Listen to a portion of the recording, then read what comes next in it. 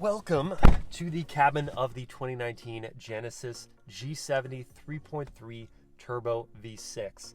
I hope you watched my walk around of this car. I went all about the details of the exterior, the interior, and powertrain, but now I want to take it for a spin. So let's do that.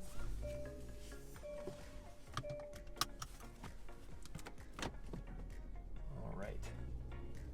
Now, a quick refresher on the performance figures for this car. It's got a 3.3 liter twin turbo V6. It makes 365 horsepower and 376 pound-feet of torque. This is the rear drive model. There is an all-wheel drive model available. We went with rear drive because that's the way you should go with a sports sedan. 0 to 60 arrives in just 4.7 seconds, or maybe even faster than that. Top speed is 167 miles an hour. And this one is competing with BMW's M340i and Mercedes-AMG's C43. Albert Biermann, the guy who helped BMW M Performance division develop some of their great vehicles, came on board to the Hyundai Motor Group to help develop the Kia Stinger GT, upon which this car is based, and yes, the G70. So he knows what he's doing in terms of chassis development, so I have high expectations for how this car handles, but really the proof is in the pudding. So the first thing I'm thinking about is power. How smooth is the engine? How good is that 8-speed automatic transmission? And I will say that this car has a few different drive modes, comfort and sport, and then a more fuel efficiency optimized drive mode, and the better one is really sport because it's a bit lazy in the comfort mode. The throttle tip in is way too delayed, but once you dip it into sport mode, the car completely changes. This particular model has the available adaptive suspension, so it's soaking up the road imperfections as you encounter them. But even with the standard fixed suspension, the ride quality is superb. This car as standard is fitted with torque vectoring and a limited slip rear differential, both of which come into play as you're having some good fun with the car. The engine note is pretty good as well. A nice noise from that twin turbo V6. Steering it's a little busy for me. Feels like it's artificially over boosted, but it's direct, it's very responsive. These Brembo brakes are superb.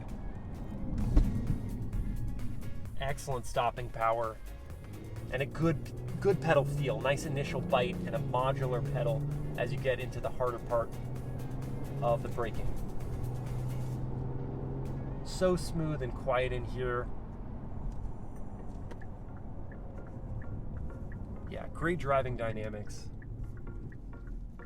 The one thing I will say is as you're powering out of a corner, whee!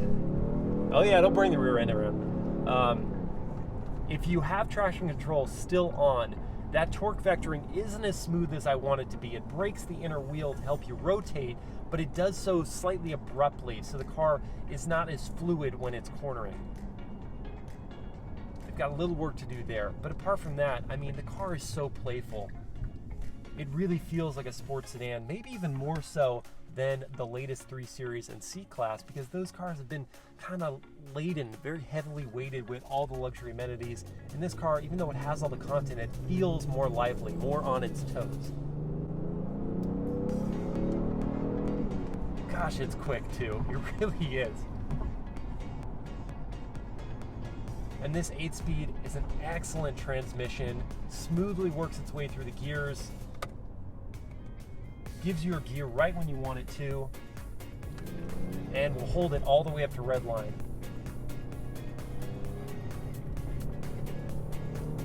So composed in corners.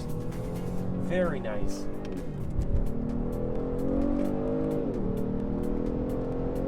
Yeah, this does not at all feel like a first attempt from a new luxury brand to build a sports sedan. This feels like so well sorted, and I'm sure that having Albert Biermann on board, a veteran chassis developer, has paid off so much for this G70. And as I mentioned, when you're not going crazy with performance, when you want it to be that other component of a luxury sports sedan, the premium nature of the vehicle, this turns into such a comfortable, quiet riding vehicle. I'm very impressed with what Genesis has done here. I want to talk price real quick because, as I said, this stacks up with the BMW M340i and Mercedes-AMG C43. Those cars start at around $54,000. This one starts at $44,000, representing a massive disparity between the performance. The performance is on the same level, but in terms of price, all the content you're getting in this, all the standard features, which I laid out in my walk around, they're the same or even better than those other two German vehicles. So I really see this as a value play. Obviously, Genesis has a lot of brand building to do, and so maybe the pricing is to account for that. But in terms of the driving experience and the luxury quality, I'm not seeing any difference between this and the German rivals. There are some questionable styling things to the G70 that the Germans have sorted out. But if you can get around that, if you can get around the no-name badge, this is the sports sedan to get, at least if you're on a budget.